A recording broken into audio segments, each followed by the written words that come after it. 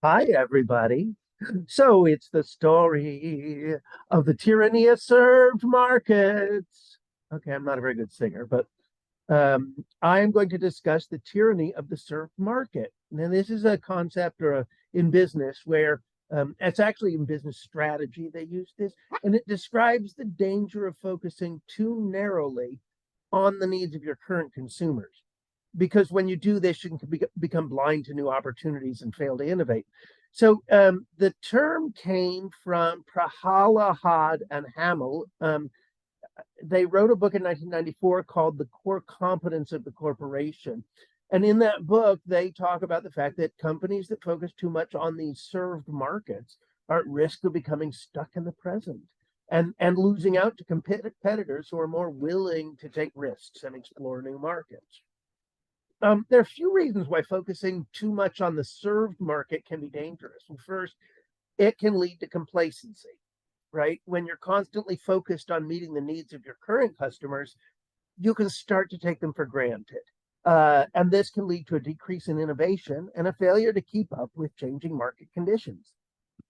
Second, second, it can limit your growth potential, right? If you're focused only on the needs of your current customers, you're not going to be able to attract new customers or expand into new markets.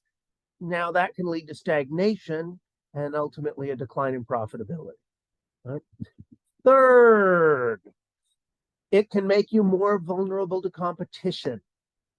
If your competitors are willing to take risks and explore new markets, they're going to be able to innovate faster and steal your customers. This can put you at a significant disadvantage, right? Okay, so how do you avoid the tyranny of the served market? So here are some tips. And by the way, I think we're seeing some of the suffering of nonprofit theaters across the company because of the tyranny of the served market. New ways of being entertained are usurping some of those consumers.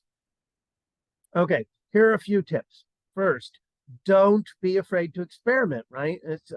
If a company wants to stay ahead of the competition, they need to be willing to experiment with new ideas and products. And that doesn't mean that they need to abandon their current consumers, but it does mean they need to be open to new opportunities. I think that arts organizations oftentimes forget about this. They do things the way they've been doing it, and they forget that they've got to start changing things up and innovating. Okay. Number two, look for underserved markets. There are always people who aren't being served, always somewhere.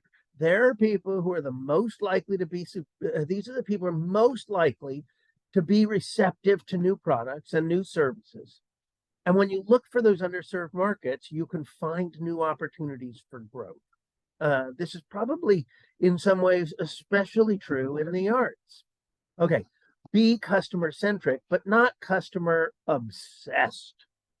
It's important to listen to your customers and understand their needs, but you don't want to become so focused on them that you lose sight of the bigger picture. You need to be willing to challenge the status quo and think outside of the box. All right. Build a culture of innovation. And we've talked about this, the idea that you have to have a culture of innovation. Innovation is essential for avoiding the tyranny of the served market. You need to create a culture where employees feel empowered to take risks. That must be, what was the dog's name on Brady Bunch? Tiger. That must be Tiger. Okay, so we need to create this culture, where the people who are working for us, feel like they're empowered to take risks and experiment. And if they make a mistake, that's okay. It means providing them with the resources that they need and creating an environment where failure isn't punished, right? We've already talked about this, but we're reiterating. The tyranny of the served market is a real danger for businesses. Um, uh, um, and it's sort of important that they stay focused on those ideas for avoiding the tyranny of the served market. Here are some examples of companies that got hurt by the tyranny of the served market. Blockbuster Video, remember them? Blockbuster, you Blockbuster Video was once the dominant force in the video rental market, but they became so focused on serving their current customers that they failed to see the threat from Netflix. And Netflix offered a more convenient and affordable way to rent movies, and Blockbuster was eventually forced out of business. Okay, Kodak. Kodak was once a leader in the film photography market, but they failed to adapt to the digital revolution. They were so focused on serving their current customers, they did not see the potential of digital photography, and they lost market share to Canon and Nikon. Nokia, they were once the king of the mobile phone market, but they became so focused on their current customers, they failed to keep up with the competition.